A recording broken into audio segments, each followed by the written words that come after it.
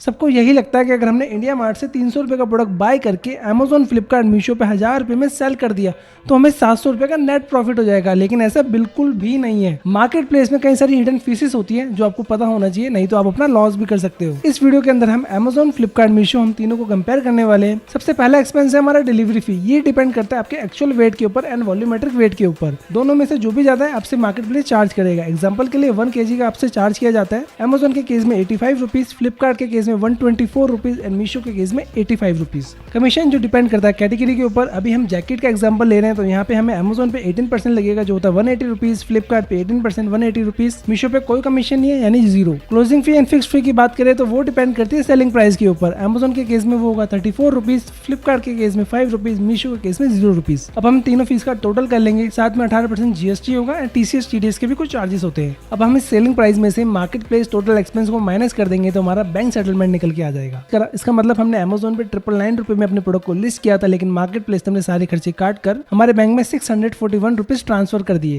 इसी तरह फ्लिपकार्ट ने ट्रांसफर करे 628 रुपीज, मीशो ने ट्रांसफर करे 893 रुपीज। यहाँ तक की कैलकुलेशन तो आपको सब बता देंगे, लेकिन इसके आगे की कैलकुलेशन का क्या आगे मैं बताता हूँ, ध्यान से देखना। अब आपको अदर एक्सपेंसेस निकालने होंगे, जैसे कि सबसे पहले आप जीएसटी फिल करेंगे। इस प्रोडक्ट के ऊपर 5% जीएसटी होता है यानी कि 47.5 रुपीज। मार्केट प्लेस को हम ऑलरेडी जीएसटी पे कर चुके हैं, जो हमारे इनपुट में आ जाएगा तो हमारा बैलेंस बचेगा प्लस 6 रुपीज अमेजोन के केस में, फ्लिपकार्ट के केस में 8.1 रुपीज, मीशो के केस में -32 रुपीज। प्रोडक्ट की कॉस्ट की बात करें जो कि होता है 300 रुपीज, पैकेजिंग 10 रुपीज, 20 रुपीज आप अपने अकॉर्डिंग ले सकते हो। सबसे मेन एक्सपेंस होता है रिटर्न एंड अदर लॉसेज, वो हमें यहाँ पे कैलकुलेट करना होगा। अमेजोन के केस में हम 10% मान लेते हैं यानी कि हुआ हमारा 100 रुपीज, फ्लिपकार्ट के केस में 100 रुपीज, मीशो के केस में रिटर्न थोड़ी सी ज्यादा आती है तो हम यहाँ पे लेते हैं 250 रुपीज। और भी एक्सपेंसेस होते हैं जैसे कि advertisement, deals, rent, electricity, staff, इन सब का खर्चा। ये हर किसी का अलग हो सकता है, इसलिए मैं इसे फिल नहीं कर रहा हूँ, आप अपने अकॉर्डिंग फिल कर सकते हैं। इन सभी का टोटल करेंगे तो हमारा टोटल एक्सपेंस आ जाएगा। अमेजोन के केस में हुआ 404 रुपए, फ्लिपकार्ट के केस में 402 रुपए और मीशो के केस में 592 रुपए। अब एक सिंपल फॉर्मूला, बैंक सेटलमेंट में से इस टोटल एक्सपेंस को माइनस कर देंगे तो हमारा नेट प्रॉफिट आ जाएगा। अमेजोन के केस में हुआ 237 रुपीज, फ्लिपकार्ट के केस में 226 रुपीज एंड मीशो के केस में 300 रुपीज। अगर ये कैलकुलेशन आपको समझ आ गई है तो इस वीडियो को अपने दोस्त के साथ शेयर करके उसे भी समझाओ। और अगर आपको ये कैलकुलेशन शीट चाहिए तो जस्ट कमेंट कर देना। ई कॉमर्स मैं आपके डीएम में शेयर कर दूंगा। और ऐसे e commerce and online business को सीखने के लिए make sure you follow this page.